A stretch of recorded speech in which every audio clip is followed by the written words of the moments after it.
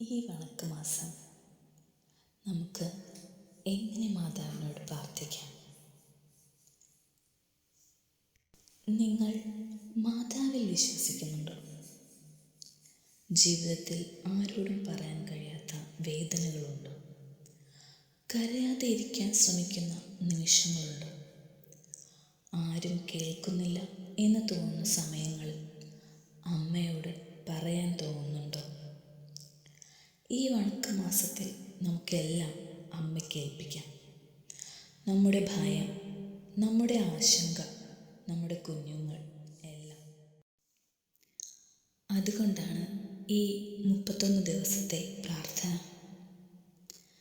അമ്മേ, എൻ്റെ അമ്മേ, എൻ്റെ ഈശോയുടെ അമ്മേ, അമ്മേ എൻ്റെ അമ്മേ, എനിക്കീശോ തന്നൊരമ്മേ.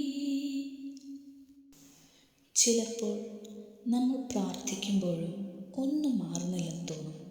പക്ഷേ അമ്മ മറക്കില്ല. അമ്മ നമ്മൾ പറയുന്നതിന് മുൻപേ എല്ലാം അറിയുന്നവൾ.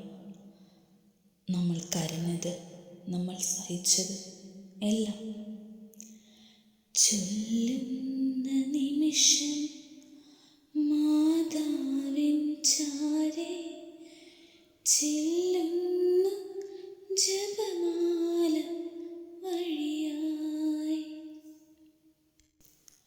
ഇന്ന് നമുക്ക് ചോദിക്കാൻ ഒന്നുമില്ല, പകരം എല്ലാം അമ്മയ്ക്ക് ഏൽപ്പിക്കാം.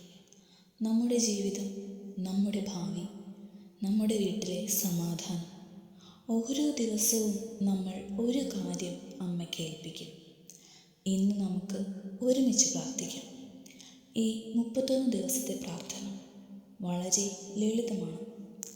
ഓരോ ദിവസവും ഒരു നിയോഗം, ഒരു നന്മ നിറഞ്ഞ മറിയമേ.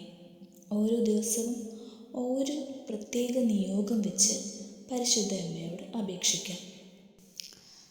ഈ പ്രാർത്ഥന മെയ് മാസത്തിൽ മാത്രമല്ല, ജപമാല മാസമായ ഒക്ടോബറിലോ അല്ലെങ്കിൽ മറ്റേതെങ്കിലും 31 ദിവസങ്ങളിലോ നമുക്ക് ഉപയോഗിക്കാവുന്നതാണ്. ദിവസവും ഇത് ചൊല്ലേണ്ടതിന് ഒരു ക്രമമുണ്ട്. വിശ്വാസപ്രമാണം ചൊല്ലി തുടങ്ങുക.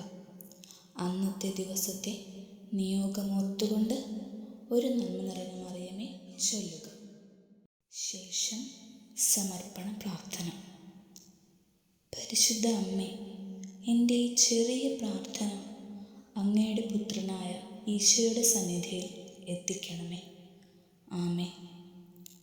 ഈ 31 ദിവസത്തെ പ്രാർത്ഥന നിങ്ങളുടെ ജീവിതത്തിൽ വലിയ ആത്മീയ സന്തോഷവും സമാധാനവും നൽകട്ടെ. ഓരോ ദിവസവും സമർപ്പിക്കേണ്ട നിയോഗം ഡിസ്ക്രിപ്ഷൻ ബോക്സിൽ ഉണ്ടായിരിക്കുന്നതാണ്. ഈ വീഡിയോയുടെ ഒപ്പം ആയിരുന്നു കൊണ്ട് ഓരോ ദിവസവും ഓരോ നിയോഗം സമർപ്പിച്ച് നമുക്ക് പ്രാർത്ഥിക്കാം. അമ്മേ, ഇന്ന് ഞങ്ങൾ ശക്തരല്ല, പക്ഷേ നിനക്കൊപ്പം ഉണ്ടെങ്കിൽ ഞങ്ങൾക്ക് ഭയമില്ല.